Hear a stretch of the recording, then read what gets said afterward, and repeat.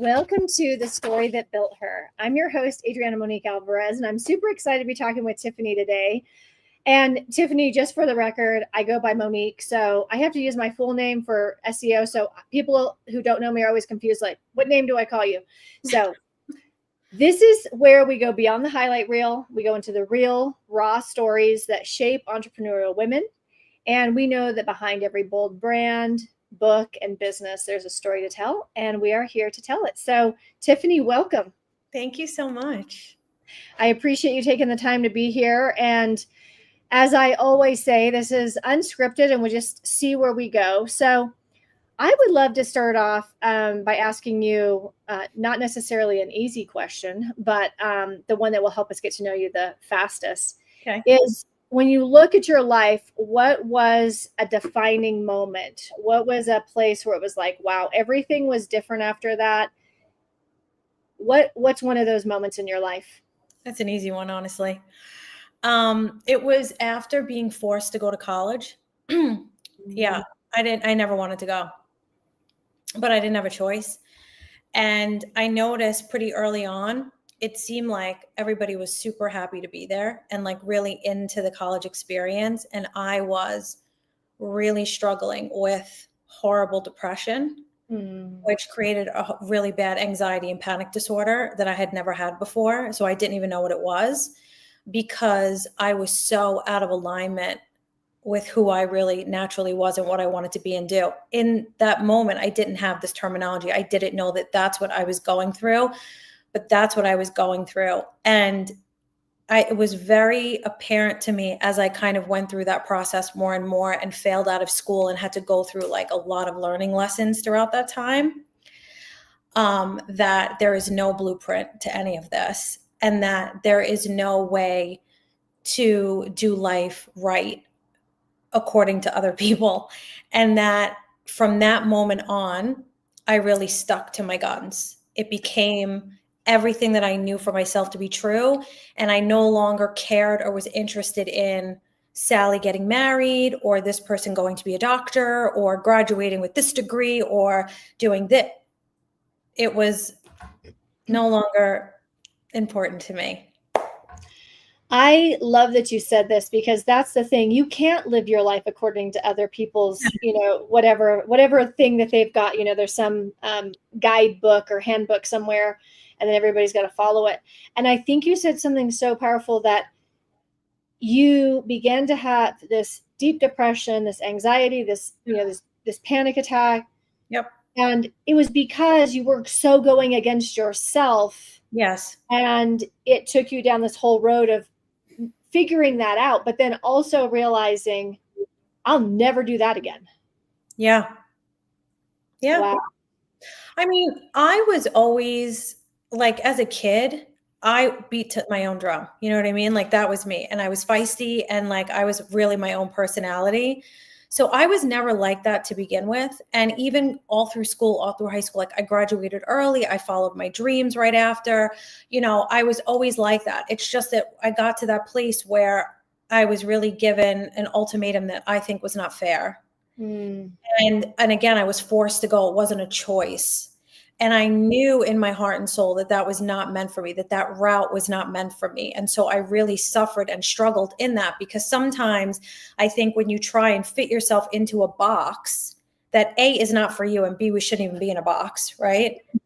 You can start to question things, or at least I did. And I really started to question, like, is there something wrong with me? What is wrong with me? Like, how come I'm not happy doing these things or wanting these things, but everybody around me seems completely thrilled about doing all of them and like can't wait to follow this plan. Yeah. Thinking it's the worst nightmare I've ever been in. Like, Right? what's wrong with me? And then obviously you get older and you learn more and you experience things and you realize nothing is wrong with you. That's not meant for you and that's okay. But at the time you don't know that. At least I didn't. So I was really battling that for a good couple of years for sure. Well, and I think this brings up such a good point. I don't have a college degree. I didn't go that route either. But I find that, and I'd be curious to hear what it was for you. I find that there are families that feel like it's a poor reflection on them as a family or as a parent or as a, a business owner or a leader in their community or a volunteer at the such and such if their child doesn't go to college. And so college almost becomes a status symbol for the parents, even more than it is, for the kids. What caused your family to be like, you have to do this? So it wasn't, I don't want to use the word, like, it wasn't like a whole family, right? I raised by a single mother. So it was just my mother. There wasn't anybody else involved in this decision. Sure. So I can only speak from my experience. And listen, I'm not blaming anyone. Again, people do what they do based on their own beliefs, right? Yep. And for her, it was a safety thing. And I know that now. And it was just like, I want my child, A, to have a good education, and B, always have something to fall back on in life. And I think, especially in her time, like growing up and everything, and just how she was raised too, that was the thing. You know what I'm saying? Like, wow, go to college and get a degree, right. And I'm like, can I curse on here? Yeah. Okay.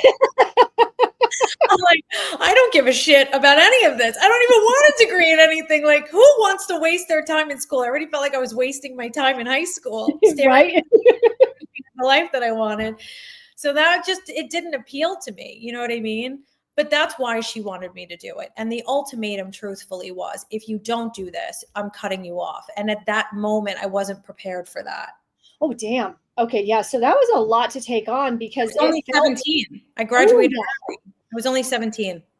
So it's like I'm either here and I feel out of place and I'm unhappy, but if I go against it, I'm losing a really core foundational relationship in my life at an age that's too young to feel like, okay, I'm going to stand on my own 2 feet and learn how to navigate this.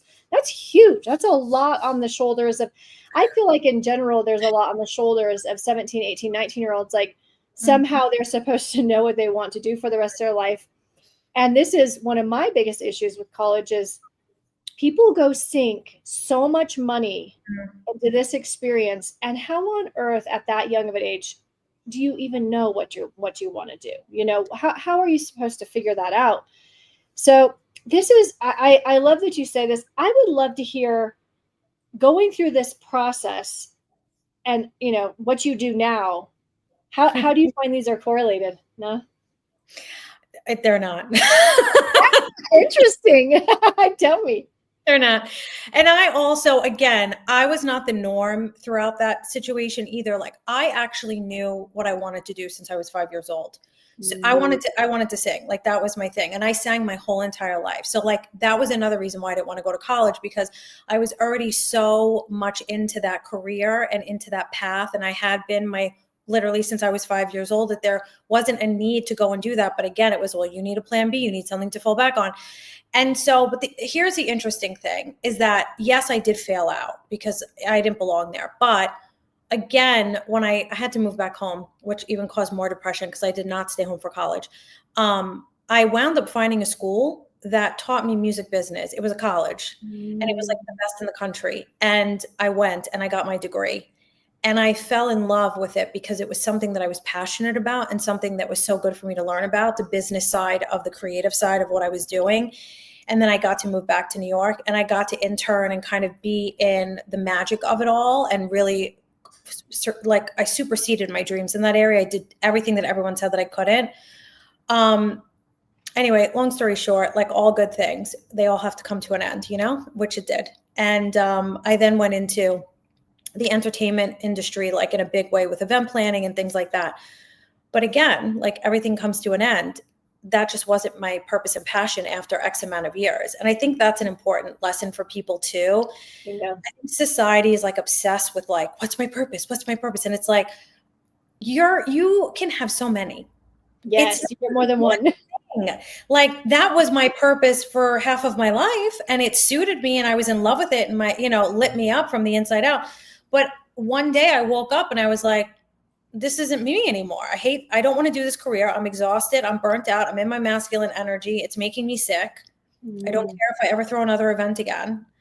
I didn't want to live in New York anymore. I was exhausted and it was a wrap for me. Now, I didn't know what was supposed to come next, but I also sat in that too long. So the universe said, let's go. And my fiance died, my apartment flooded, and my whole business crashed and burned to the ground, and it all in like a week. So it was time to go.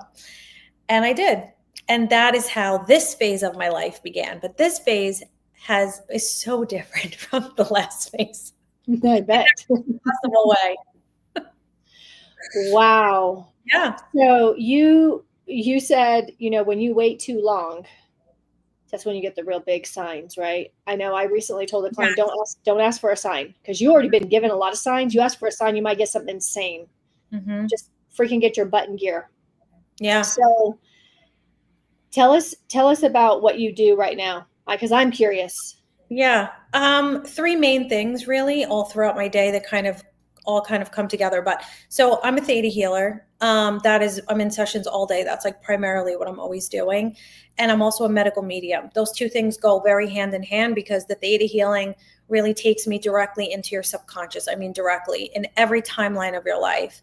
Mm-hmm. And with being a medical medium, I'm communicating with your belief systems to tell you what they are and then remove them. But I also get to communicate with your body. So your organs talk to me, root causes of pain, sickness, and disease, more emotional suppression, trauma, more limiting beliefs also stored within the organs, muscles, tissue, cells. So it's like a full healing experience where you heal the mind, the body, the soul, the genetics, the DNA, everything.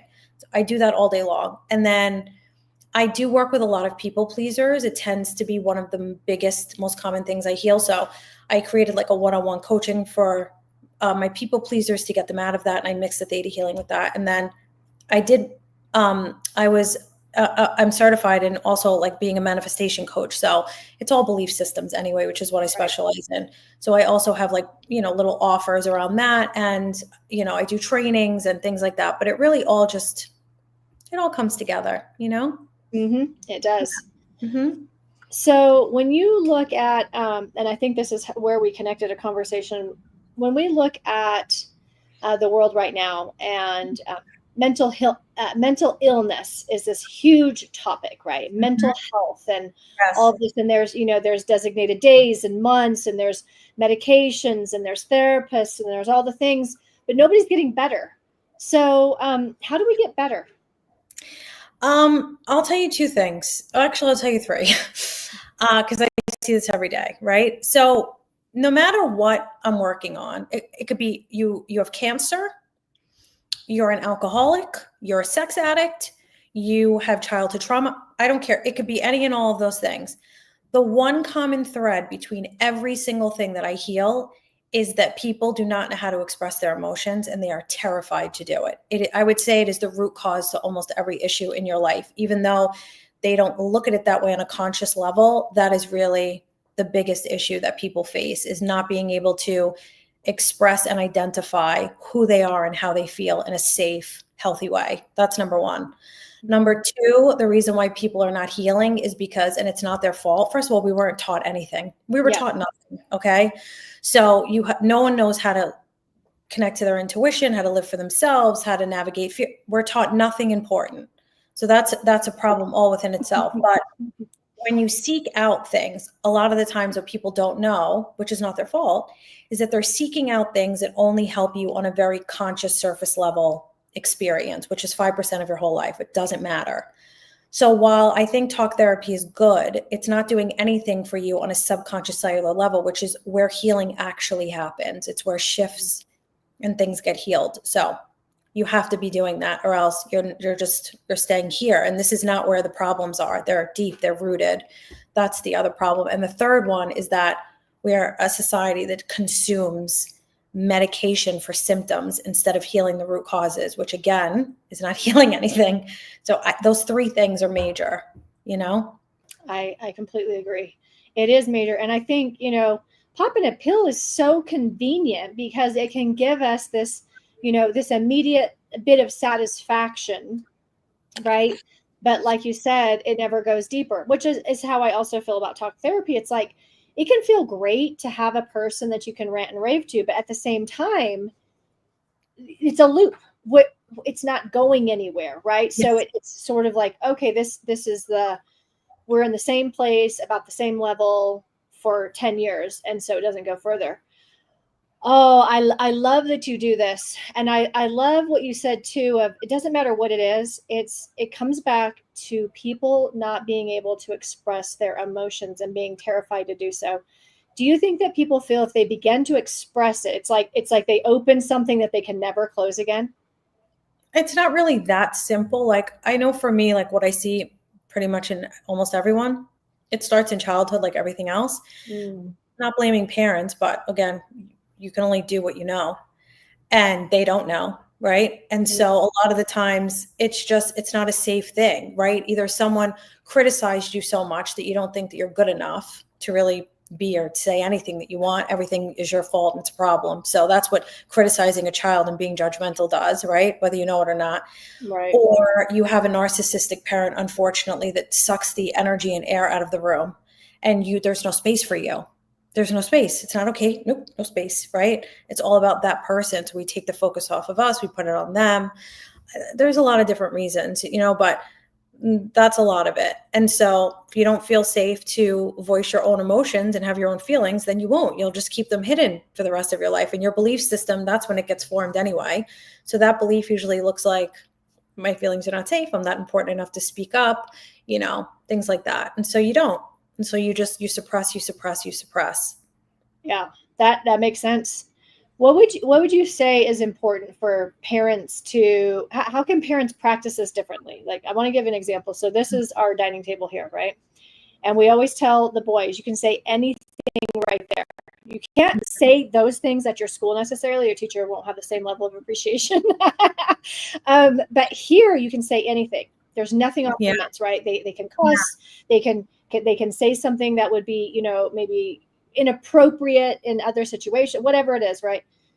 Mm-hmm. But that actually only happened because one day at dinner, my mom flew out of my mouth and was like, don't, right? Mm. And I was like, oh shit, I'm doing that.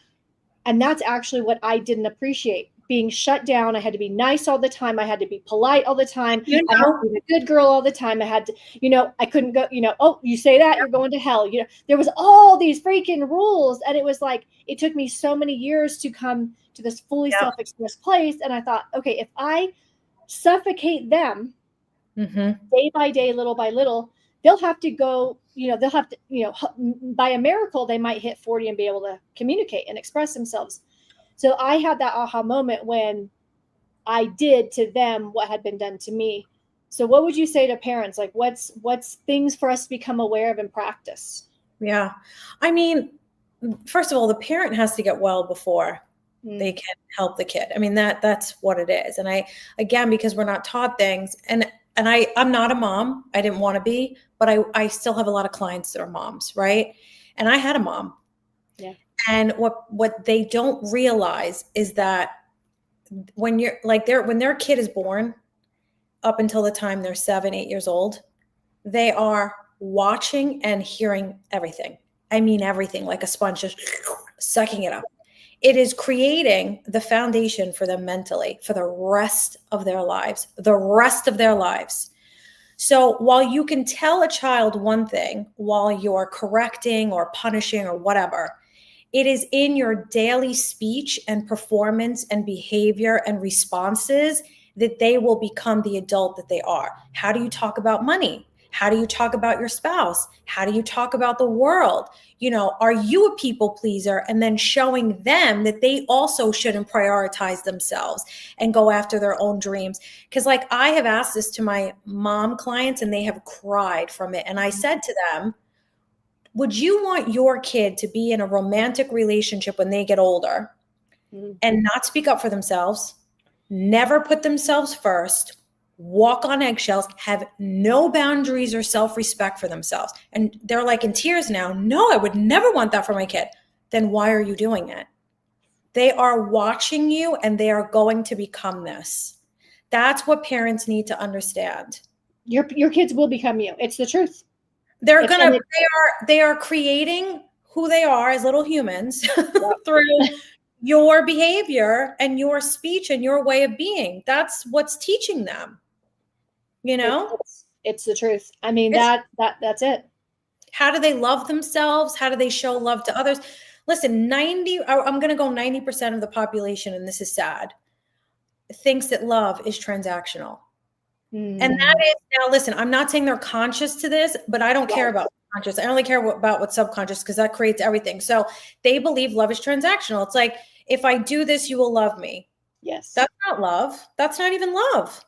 And that, I mean, that's a great place to start for parents. Try teaching them what unconditional love is. Let's start there. Do you know what it is? I mean, yeah. There you go. No, it's true.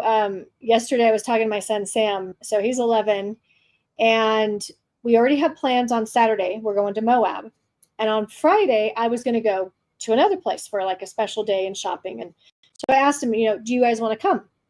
And it got real quiet, because normally it would be like, yeah, And so I was like, oh, okay.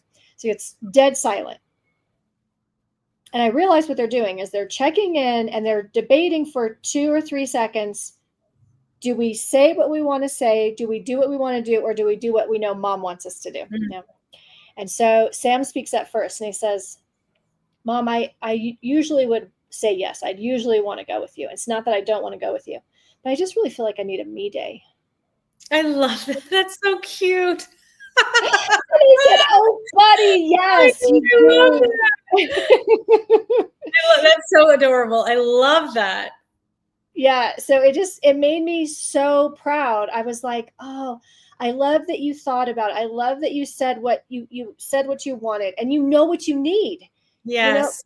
I was just so proud in that moment, because that's sometimes, like you said, it's sometimes difficult to do as an adult, just to let me pause and see, what do I want to do in this situation? Mm-hmm. Absolutely. 100%. Yeah. That's what I'm teaching grown adults how to do. You're doing big things. Okay. So, what do you find typically happens to even bring a level of awareness for people to hire you? Because I'm guessing if people don't have something going on in their life that's making all of the, red lights and sirens go off, they're probably not hiring you as a preventative measure, right? Something's already sideways. How do people come to you? Why do they decide to work with you? With the Theta Healing, that is my broadest audience, because I have no limits. There is no limits. It heals anything. It doesn't matter what it is. I get asked a million, yes. Whoever is going to ask anything, the answer is yes, period. So that looks like so many things. Honestly, it really does. It looks like sickness. It looks like disease. It looks like pain. It looks like trauma, all kinds of trauma, sexual, mental, emotional, physical. It looks like procrastination, fear, perfectionism, people pleasing. I could go on and on. It's like, and people provide me with lists of things. So it's different every single day. But I'll tell you that the undercurrent, there's people pleasing in all of it, those beliefs, that identity, in almost every single part. It's so rare nowadays that I will find someone that doesn't have that weaved into the issue that they're coming to me with or for, or whatever. So, it's stuff like that. It's a big one. It's definitely a big one. Mm-hmm. So how do people take one step away from people pleasing to, I'm going to prioritize myself. I'm going to shift it from, how do I accommodate and adapt and adjust to what this person wants and needs to versus what I want and need? Yeah. With the way, I can only speak for how I do things, right? So like with the way that I work, I mean, to become a people pleaser in the first place, you're a parent pleaser. That's how it starts. So let me just pause you right there. Yeah. That's a great phrase. You're a parent pleaser. Where it started. Yeah. It's all in their inner child. I mean, I don't have timelines in my session, which is also fantastic. You're not coming to me because like you couldn't stop smoking last week. We're getting it all out. I mean, literally all of it. So we go, it's in the inner child, and there's so many belief systems throughout the throat because they can't speak, throughout the skin because everything is body and mind connected for me, because they can't be visible. Sometimes they're overweight because they have no boundaries and the body is sick of not feeling protected. So it gains weight because everything's connected. But that's what it looks like. I'm releasing the beliefs. There are beliefs that tell you that you can't be a priority, that everything, if you want something, you're a burden. If you speak up, you won't be loved. These are real belief systems that I'm literally releasing from the body and from the subconscious and from the inner child. So when you release beliefs, behavior changes. That's what creates your behavior, is what you believe. So their behavior changes immediately because they're not operating off of the same beliefs that they had when they first came to me. And with what I do, yes, I'm removing, but I'm also replacing. So we're replacing things that you never had before that are way more supportive and encouraging and powerful than what you came to me with, which would allow safety to speak up, prioritize yourself, things like this, be seen, all of that. Ooh, I like that you talked about, so it's the throat, it's this inability to express, and the desire to stay invisible, or the almost like it's just part of the pattern, because those are huge in business. I see this all the time with people who want to start a business. So if you can't be visible, I mean, how on earth do people even know you exist? So it becomes this like beating your head against a wall, and it doesn't feel safe to be visible, right? It's let me tell you what a good point and topic of discussion that is. So I'm not a business coach, and I never will be. It is the last thing I want to talk about with someone is building a business. But this is what I will say. And this is so interesting. I'm ending something with a client. She's leaving my 3-month coaching, right? And again, we're not talking like I don't do business, but she is going to start a business. And I do Theta Healing mixed in with my coaching. And I said to her, for the next Theta Healing session, I'm going to peek around and see what you might have going on in there that could stop this process for you. Because what I have seen is people spend tens of thousands of dollars creating programs and getting the right brand and getting the right logo and hiring the right coaches maybe and doing all of these things. And literally, when it finally comes down to the day where they have to press play or show up, crickets. We have all the problems in the world now surfacing. And yes. I said to her, you have no idea how great this is that we're going to go in and remove all of this shit before you create the logo and do the thing, because you do not want to waste tens of thousands of dollars for you to sit in front of a screen and not be able to show up for yourself. And even though I don't coach around business, it's like, there's so many belief systems that I find in people. Like I'm not deserving of the money. People don't want to pay me. Nobody wants to listen to me. We go into that, imposter syndrome that's hiding inside of them. Like I could go on and on. I mean, there's so much. And like, oh my gosh, I'm going to tell you what I'm going to do right now. You know what I'm going to do? Because this is what I don't do this. I don't do your work, but I see the consequences of it, the fruit of it. I'm going to go put this interview right now in a chat I have, because this is what's going on in these. I can guarantee you like 80% of these women, I'm going to be like, go work with Tiffany. Because this is a separate chat with you in that one if it will help them, because this is something I can really speak to. And I will tell you, no one ever connects this to what happened to them when they were 2, 3, 4, 5, 6 years old. Ever. And all of a sudden I'm working on someone and it's like, oh, my dad was physically abusive, mentally abusive. Every time I spoke up, he had this and this and this. And they don't realize that is their specific reason as to why they actually cannot show up in their business. And like when I tie the bow up pretty and nice for you and you understand, it's like ding, ding, ding, ding, ding, ding.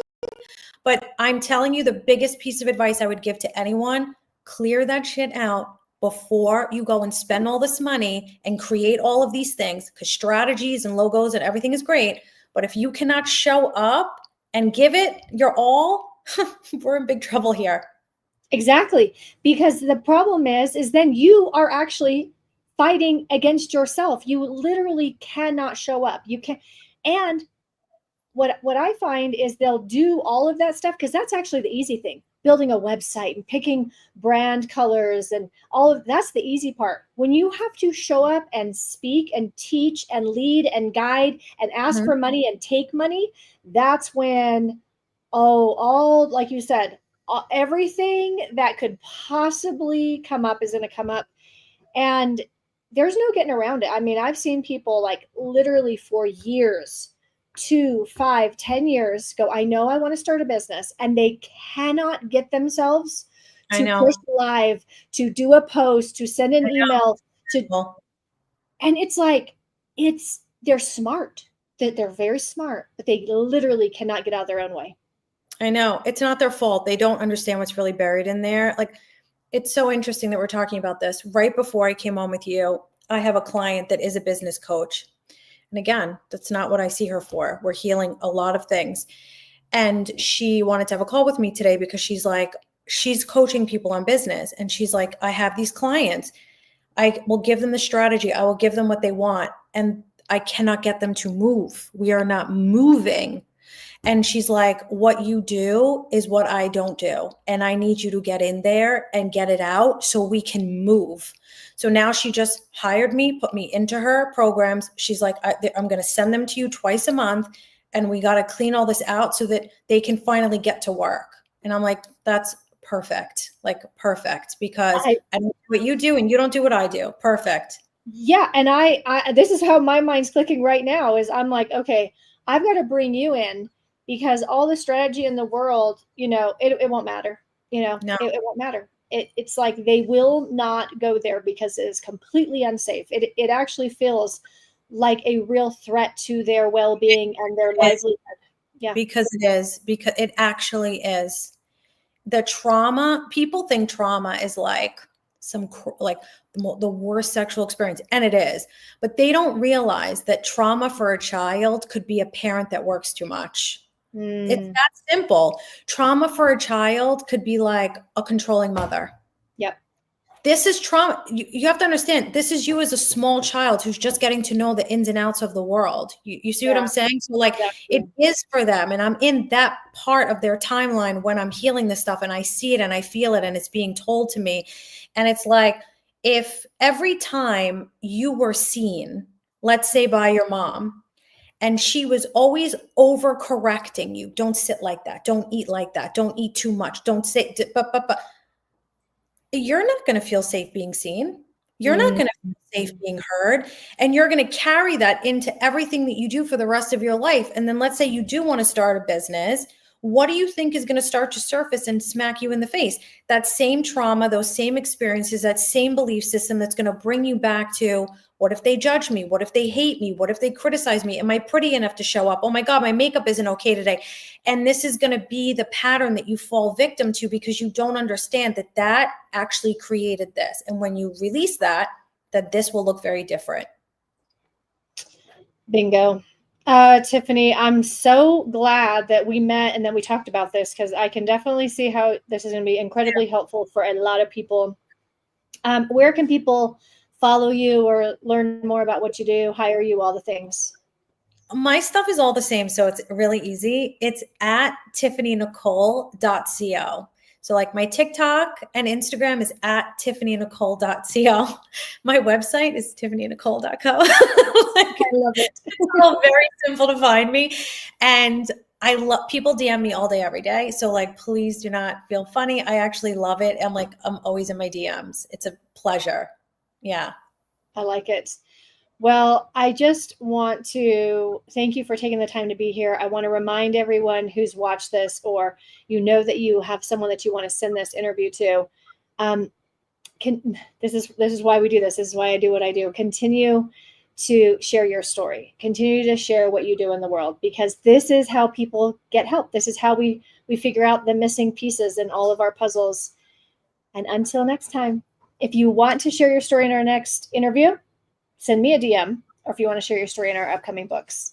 All right. Until next time. Bye.